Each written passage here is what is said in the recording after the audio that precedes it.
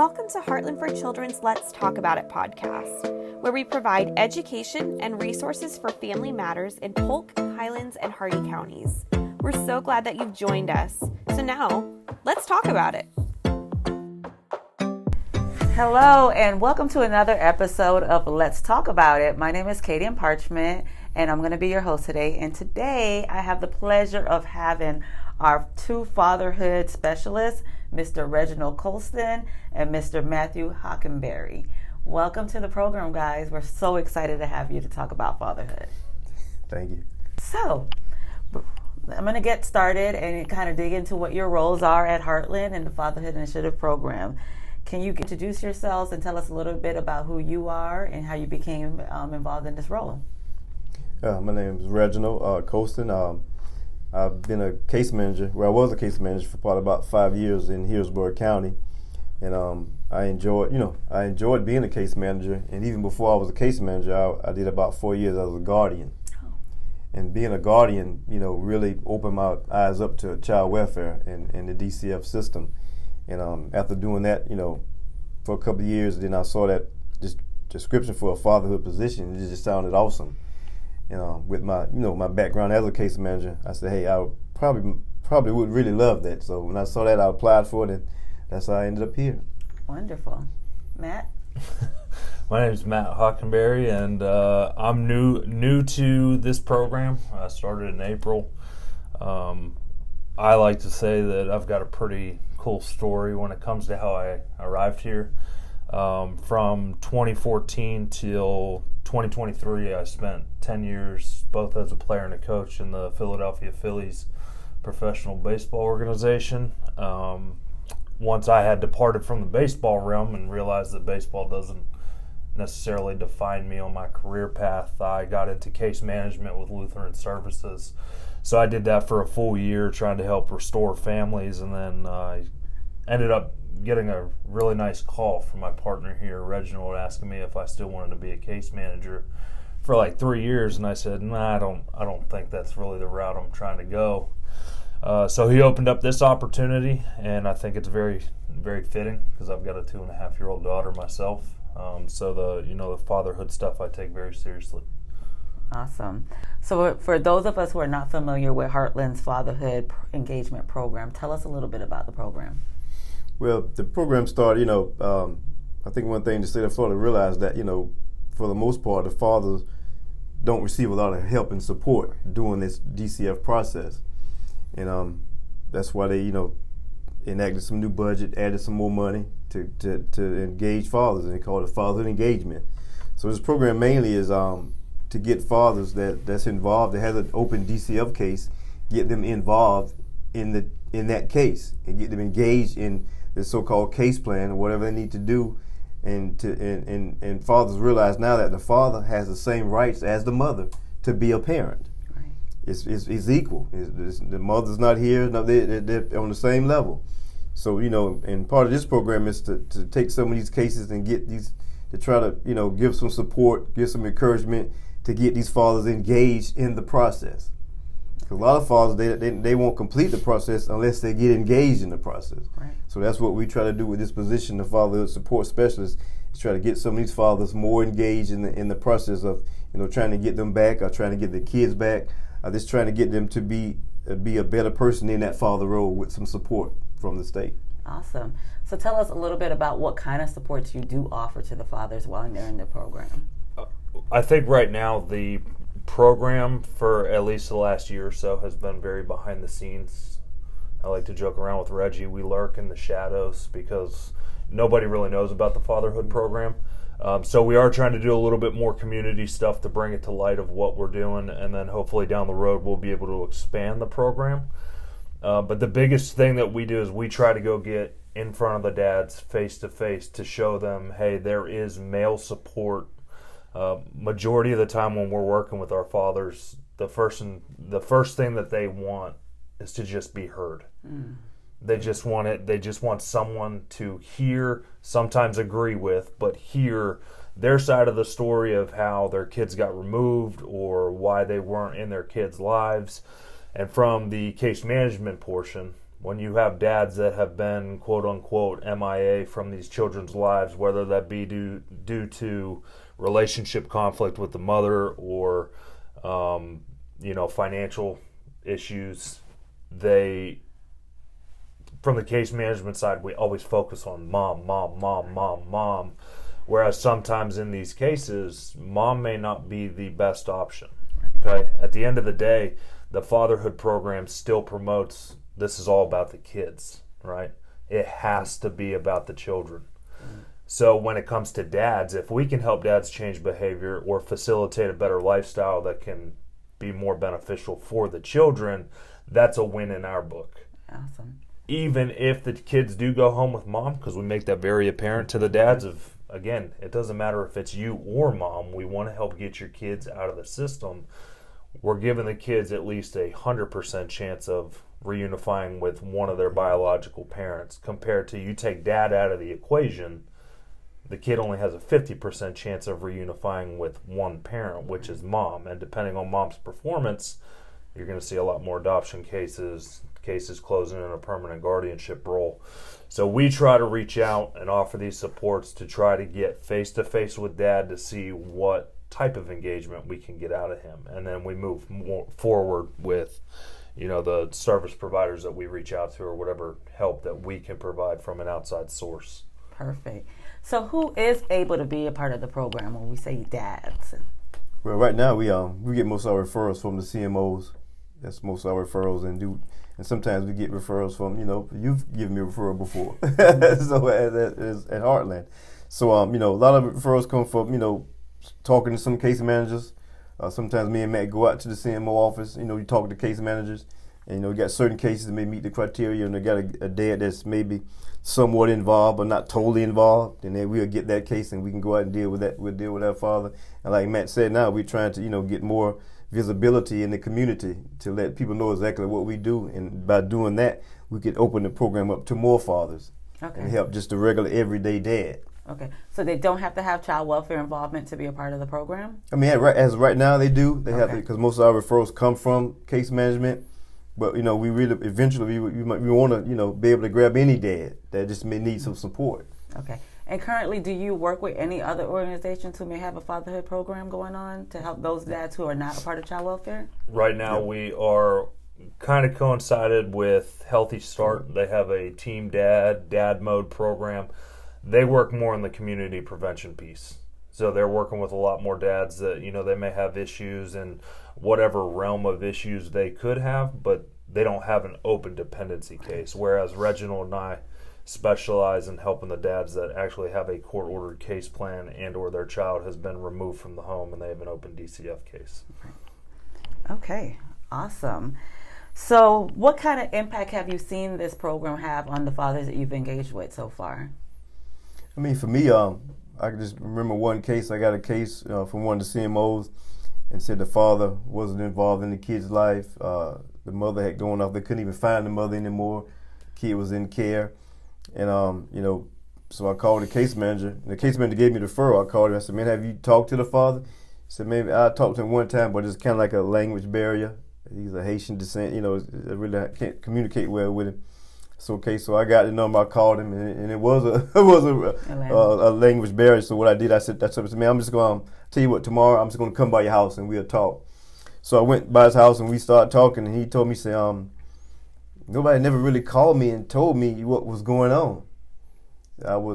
He said I was homeless at the time when the child was born, but I didn't even know that, that I had a child. But then they finally contacted me through my family members, and I found that I had a child, and I wasn't living in Florida. And he said, now I'm back now, and I want to, try to see what I can do. But the case was going TPR. So I met with the case and said, man, we got to get him, first step we want to do is, get him involved through visitation. So they got the first visit set up. He met the child, the case man at the park, the kid came there. And after that visit, he called me. The guy was just blown away. He said, man, I had so much fun with my child. The little boy, maybe about 6 years old. He said, man, we met at the playground. He said, man, I wasn't expecting that. He was just, but now it was hard for me to understand what he was saying, but I just remember he was just so excited. Then he started seeing that kid every week at that park, and it made a big difference. He went and took his parenting classes. He had got a full-time job. He became a truck driver, and it was awesome thing. Matt, can you share a success story or a moment that really stood out for you on a case with a dad? I think so far right now, I've got one specific father that has absolutely been crushing it. He's going to finish his case plan within the next, I'd say, month and a half. So that'd be 3 total months since he was released from incarceration. I think it's outstanding. But I think the bigger thing that I've seen with the impact is that a lot of these dads, when we first go meet them face to face, they're isolated, they're alone, and they are completely unaware of the process of a child dependency case. Mm-hmm. So I know from like a support, because that's what we're supposed to do, it's in our title, we've been inviting dads for bi-weekly like pizza get-togethers for community engagement. Like I said, majority of the time, these dads, they isolate themselves, right? Kids get taken from mom, they get taken from dad. Doesn't matter who the kids get taken from, they isolate. And then they tend to go overwork. So you always hear about dad working all the time, but he's not providing for his kids, or he's not involved in his kids' lives when it comes to visitation. And that's because it's a work mentality to kind of mask some other issues that they have going on from the mental side. So we try to get them out into the community, and the biggest reason why is so that they know that they're not alone. There are other gentlemen that are walking through the same path of life, and again, these are just obstacles in the road. They're bumps in the road. You made a couple mistakes, but that doesn't mean your life's over. And then as these dads continue to engage in the community, and then they start building essentially their own little network of other dads that have the same, trials and tribulations in life. Now they feel more empowered to actually work towards getting their kids back, because the thing we promote again and again and again is being a good father means being present for your kids. Whether you're actually a quote-unquote good dad or not, your presence has an impact on your child. Absolutely. Yep, so let me ask you this, because it sounds like you guys advocate for their dads as they're going through the child welfare system and trying to decide what that finale will be for the children as it relates to placement or going back home with mom. Like you said before, now they have a 100% chance as opposed to 50% chance of going home with a parent. But once the kids are reunified, does your involvement stop, or do you continue to engage with the fathers? No, we continue to offer the same support and resources and reaching out into the community to help these families until we feel and the parent feels that this can now be a kind of like an extracurricular relationship compared to actual DCF involvement and having us get in there for a reason. So we like to build and maintain those relationships with our dads. And one reason that it shows that the relationship really works, because even like with Mr. Terrence, and I have a couple of other fathers now that's pretty much at the end of that 6-month PPS, post placement services. Even after everything's over, they call me and I talk to them all the time. Something may come up, they'll give me a call. Hey Reggie, I got this going on. And it's for them, it's just good to have somebody to just even call and talk to. Absolutely. Well, what kind of feedback do you get from the dads as it relates to the program? For me, just only one thing that really that helps me and keeps me going every day. It's that one phone call. Yo man, appreciate it. Mm-hmm. Wow. Thanks. That's all I need. Just to get one phone call out. You see that there, you put up to the house. Thanks, man. Appreciate it. You helped me get a tire. Appreciate it. Yeah. I was upset, wanted to holler and scream, and I called you and we talked. Appreciate it. So that's it. That's key for me. Wonderful. It's awesome. It feels awesome sometimes. Yeah, I think we're sitting here with Reggie. He's a rare breed of human being. He does a lot of good work with vetting. Especially with the fatherhood program, the one issue we do run into at times is, we start talking about services or, quote unquote free things that families can get, and we have to be very careful and vet those things, because the dads that truly want their kids, the dads that are truly engaged in their case plans for their kids, they don't even really want our services. Yep. In all seriousness, they appreciate the support. That's why those phone calls Reggie just talked about mean so much, because we know that we're going above and beyond for a dad that's already trying to do that by himself, walking through the flames and the fire with no armor, right? So as we continue to move through this program and promote it throughout the community, try to grow it a little bit more, it's just understanding that majority of these dads, they don't even want the help, but they appreciate it, and then you see the dividends that turns for the kid in the long run. And speaking of the child, do you guys ever have any interactions with the children? It depends. Yeah. I have one dad specifically right now where I go in a supportive role, sit with him and the person supervising the visits just for extra eyes on him and the child. Throw him a tip here or there depending on, what the kid does. His kid's 2 years old, and, the infancy till about 4 to 5 when a kid can start really vocalizing their needs, it's tough for dads. Yeah. It's really trial by error, and I think that's where, we try to also encourage with our dads, especially for kids of that age group, is like mom's really important, right? And that's something from the Fatherhood program I think we should also elaborate on. It's like, just because we primarily focus on dad, moms are just important. Our focus is the fathers, though, because majority of the time in these dependency cases, the dad's not around. Right. So we try to bring that back in, whether it's reunifying an entire family with the nuclear ideal family of mom, dad, kids in the house. We can still help build that co-parenting relationship to where if dad comes back into the picture, there's a healthy communication line between dad and mom as the kids transition out of home care. Okay. Wonderful. Well, it sounds like y'all advocate for the dads. You help connect them with resources in the community. You model behaviors when they're having interactions with their kids. Is there anything else that the program does to highlight dads and help them along their journey? One thing we try to do is just, I think just the main thing is just support. A lot of times just, because I always use my own personal experiences, how I dealt with stuff, when my kids were growing up. And a lot of times I just didn't have anybody to talk to about certain things that was going on in my life, because I said, well, I'm a guy, I'm a man. I can't talk to nobody about, I'm feeling sad about this, or I should be doing better than, But, just being able, so I always use that when I'm talking to dads. I say, hey, man, it's okay to talk about this stuff, And sometimes I've talked to dads and we sat there, maybe said about 10 words. And that was enough. But that was enough. Yeah. And we haven't even said nothing. Right. And then sometimes they say, man, I appreciate that was a good conversation. We said 10 words. Yeah. But just being able to say, yo, okay, I hear you. You're right. That's wrong. That goes a long way. Yeah. That goes a long way. So, Matt, let me ask you, as a child welfare professional, what is the word of advice that you would give to other professionals about the importance of engaging dads? It is strictly how you communicate with the dads. A lot of times, and I had this personally as a case manager, is, you reach out, you want to do what's best. There's not a single case manager, I think, in Polk County, Highlands, or Hardy that's trying to do the wrong thing, right? But again, it comes down to communication style.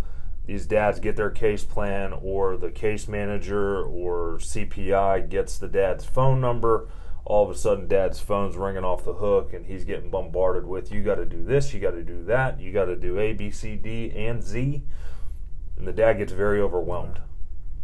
And we like to say, dads have feelings too. And depending on the dad's education level, depending on the father's engagement and, I guess, career path, how you communicate with them is different. So for some of these dads, you have to understand that you kind of got to give them breadcrumbs and help them along the process, and then also help them understand the severity of your child is in out-of-home care, meaning whether the dad knew that from the get-go or he's just finding out from a phone call, the importance of what are you trying to do for your kids. Because a lot of these dads, when they, like I said earlier, when they find out their kids are in out-of-home care and then they get tasked with 10, 11, 12 case plan tasks that take approximately 6 months to a year to complete, dad's also probably working. And if he's not working, he's probably also engaged in other activities that would not be safe for the child. So we have to kind of vet all of that stuff and help them devise these plans to get it done in a timely manner to achieve permanency for the courts. Perfect. So, Reginald, Matt, thank you guys so much for being a part of this podcast.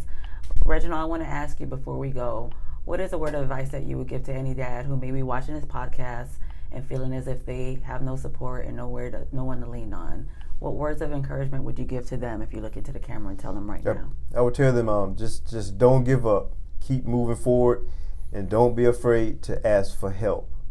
I know sometimes it's hard as a man to ask for help, but the biggest thing, and to listen. Everybody that's trying to contact you or tell you to do something, most times they're there to tell you they're trying to help you do something. So always just be open to listen a little bit before you start talking. But the main thing for me is just never be afraid to ask for help. And I personally, and the reason why I say that, because sometimes I was afraid to ask for help in my personal life. So I know how these guys feel. So again, for me, the main thing for me is just don't be afraid to ask for help. Well, it sounds like Heartland for Children has a great team here in their Fatherhood Support Specialists with Reginald and Matthew. So thank you guys so much for the work that you do, the passion that you have for helping fathers, and the passion that you have for helping children in our system of care for Polk, Highlands, and Hardee counties. This is another episode of Let's Talk About It.